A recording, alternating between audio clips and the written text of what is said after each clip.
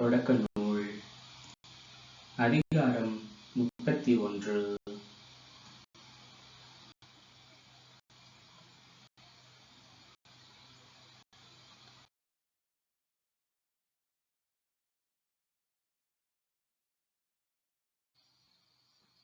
லாபானின் புதல்வர் நம் தந்தைக்குரிய யாவற்றையும் யாக்கோபு கைப்பற்றி அவருடைய சொத்தைக் கொண்டே இந்த செல்வத்தை எல்லாம் சேர்த்து கொண்டான் என்று தங்களுக்குள் பேசிக் கொண்டதை யாக்கோபு கேட்டார்.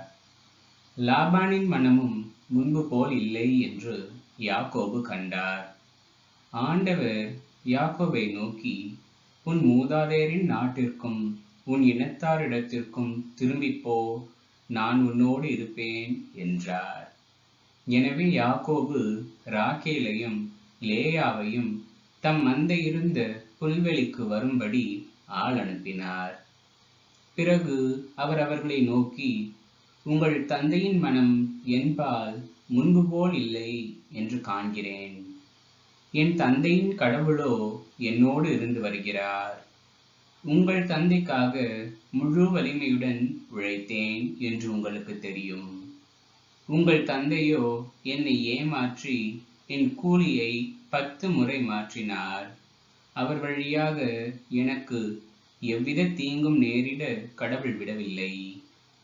ஏனெனில் கலப்பு நிறமானவை உனக்குரிய ஊதியம் என்றபோது ஆடுகளெல்லாம் கலப்பு நிற குட்டிகளையே ஈன்று வந்தன. வரி உள்ளவை உனக்குரிய ஊதியம் என்றபோதோ ஆடுகளெல்லாம் வரியுடைய குட்டிகளையே ஈன்றன. இவ்விதமாய் கடவுளே உங்கள் தந்தையின் மந்தைகளை எடுத்து எனக்கு தந்தருளினார். ஆடுகள் சினையுறும் காலத்தில் நான் ஒரு கனவு கண்டேன். அதில் நான் கண்களை உயர்த்தி பார்த்தபோது ஆடுகளோடு பொலியும் கிடாய்கள் வரியும் கலப்பு நிறமும் புள்ளியும் உடையனவாயிருந்தன. அக்கனவில் கடவுளுடைய தூதர் யாக்கோபு என்று என்னை அழைக்க நான் இதோ அடியேன் என்றேன். அவர், உன் கண்களை உயர்த்தி கிடாய்கள் யாவும் வரியும் கலப்பு நிறமும் புள்ளியும் உடைய ஆடுகளுடன் பொலிவதைப் பார். ஏனெனில் லாபான் உனக்கு செய்தது அனைத்தையும் நான் கண்டேன்.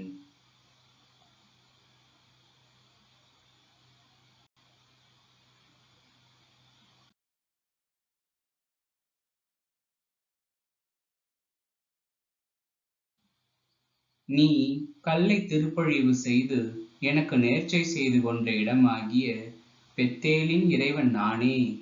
நீ உடனே எழுந்து இந்த நாட்டை விட்டு புறப்பட்டு உன் பிறந்த நாட்டுக்கு திரும்பிச் செல் என்று கூறினார் என்றார். அதற்கு ராகேலும் லேயாவும், எங்கள் தந்தையின் குடும்பத்தில் எங்களுக்கு பங்கும் உரிமை சொத்தும் இன்னும் உண்டோ? அவர் எங்களை அந்நிய பெண்களைப் போல் விலைக்கு விற்று எங்களுக்காக வாங்கியதையும் முழுமையாக விழுங்கிவிடவில்லையா? ஆனால் செல்வத்தை எல்லாம் எங்கள் தந்தையிடமிருந்து கடவுள் பிடுங்கி நமக்கும் நம் பிள்ளைகளுக்கும் உரிமையாக்கினார். ஆகையால் கடவுள் உங்களுக்கு சொன்னதையெல்லாம் செய்யுங்கள் என்றனர். அப்போது யாக்கோபு தம் மக்களையும் மனைவியரையும் ஒட்டகங்களின் மேல் ஏற்றிக்கொண்டு புறப்பட்டு சென்றார். பதானராமில் ஈட்டிய செல்வம் அனைத்தையும் திரட்டிக்கொண்டு மந்தைகள் எல்லாவற்றையும் ஓட்டிக்கொண்டு கானான் நாட்டிலிருந்த தம் தந்தை ஈசாக்கை நோக்கி பயணமானார். லாபான் ஆடுகளுக்கு ரோமம் கத்தரிக்கப் போயிருந்த பொழுது ராகேல் தம் தந்தையின் குலதெய்வ சிலைகளை திருடி கொண்டு விட்டார். மேலும் யாக்கோபு தாம் ஓடிப்போகிற செய்தியை அரமேயனான லாபானுக்கு தெரிவிக்காமல் ஏமாற்றிவிட்டார். அவர் தமக்கு சொந்தமான எல்லாவற்றையும் எடுத்துக்கொண்டு நதியை கடந்து கிளையாது மலைநாட்டை நோக்கி தப்பி ஓடினார்.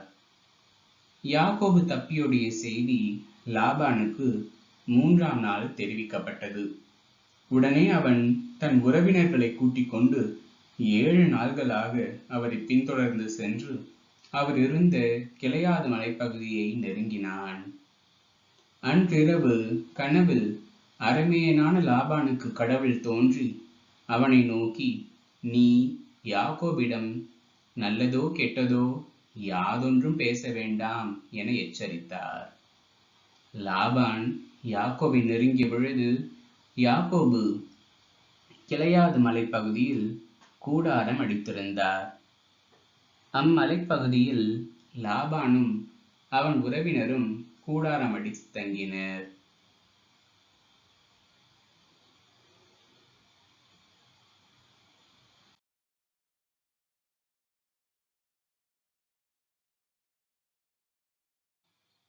அவன் யாக்கோபை நோக்கி, நீர் இப்படி செய்யலாமா?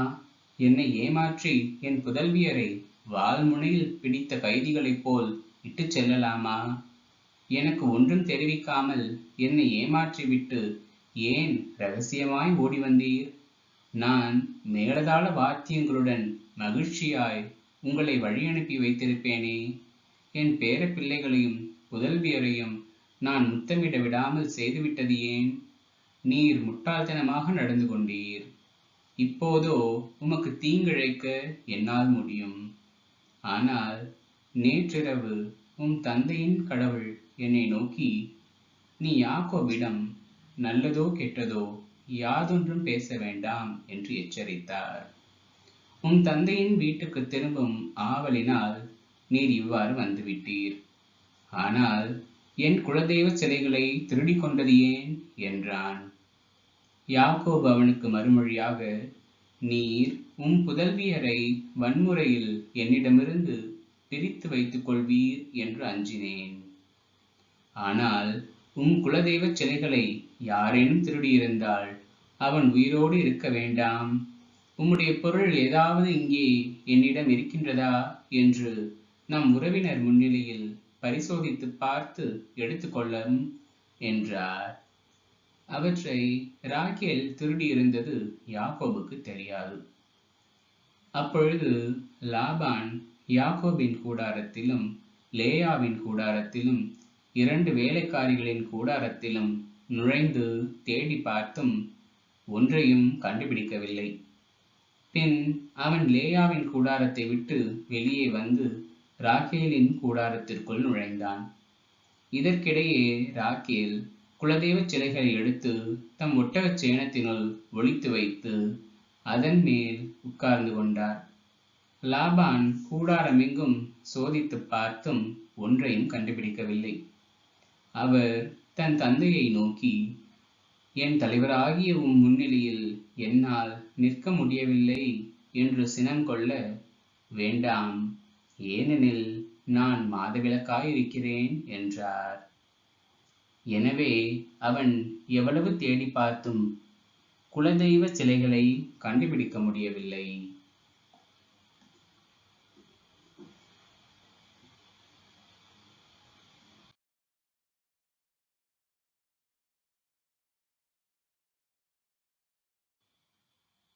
அப்பொழுது யாக்கோபு சினமுற்று லாபானுடன் வாதிட்டு மறுமொழியாக கூறியது, நான் செய்த குற்றம் என்ன? நான் செய்த பாவம் என்ன? ஏன் இப்படி என்னை துரத்தி கொண்டு வருகிறீர்? என் உடைமைகள் எல்லாம் சோதித்து பார்த்தீரே. உம் வீட்டு பொருளில் ஏதேனும் கண்டுபிடித்தீரா? அப்படியானால் அதை என் உறவினர் உம் உறவினர் முன்னிலையில் இங்கே வையும். இவர்களே உமக்கும் எனக்கும் இடையே தீர்ப்பு வழங்கட்டும். இதற்காகத்தானா நான் உம்மோடு 20 ஆண்டுகளாக இருந்தேன்?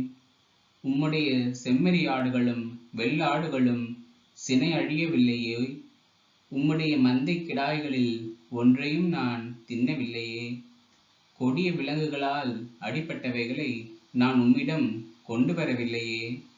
மாறாக அவற்றிற்கும் ஈடு செய்தேன். ஆனால் இரவிலோ பகலிலோ களவு போனவற்றிற்காக நீர் என் கையிலிருந்து ஈடு வாங்கி கொண்டீரே. பகலில் கொடும் வெயிலும் இரவில் கடும் குளிரும் என்னை வாட்டின. அதனால் என் கண்களுக்கு உறக்கமே இல்லை. இவ்விதமாய் நான் உமது வீட்டில் உம் புதல்வியருக்காக 14 ஆண்டுகளும் உம் மந்தைகளுக்காக 6 ஆண்டுகளுமாக இந்த 20 ஆண்டுகள் உம்மிடம் வேலை செய்தேன். நீரோ என் ஊதியத்தை 10 முறை மாற்றினீர். ஆபிரகாமின் கடவுளும் ஈசாக்கின் அச்சமுமான என் தந்தையின் கடவுள் என்னோடு இருந்திராவிடில் உண்மையாகவே நீர் என்னை வெறுங்கையனாய் அனுப்பியிருப்பீர். ஆனால் கடவுள் என் துன்பத்தையும் கடின உழைப்பையும் கண்டு நேற்றிரவு உம்மை எச்சரித்திருக்கிறார் என்றார். அதற்கு மறுமொழியாக லாபான் யாக்கோபை நோக்கி, இப்புதல்வியர் என் புதல்வியர், இப்பிள்ளைகள் என் பிள்ளைகள், இம்மந்தை என் மந்தை, நீர் காண்பவை யாவும் என்னுடையவையே. இப்படி இருக்க என் புதல்வியர்க்கோ அவர்கள் பெற்றெடுத்த பிள்ளைகளுக்கோ நான் இன்று என்ன செய்துவிடப் போகிறேன்? வாரும், நானும் நீரும் இப்பொழுது உடன்படிக்கை செய்து கொள்வோம். அது உமக்கும் எனக்கும் இடையே சான்றாக இருக்கட்டும் என்றான். எனவே யாக்கோபு ஒரு கல்லை எடுத்து நினைவு தூணாக நிறுத்தினார்.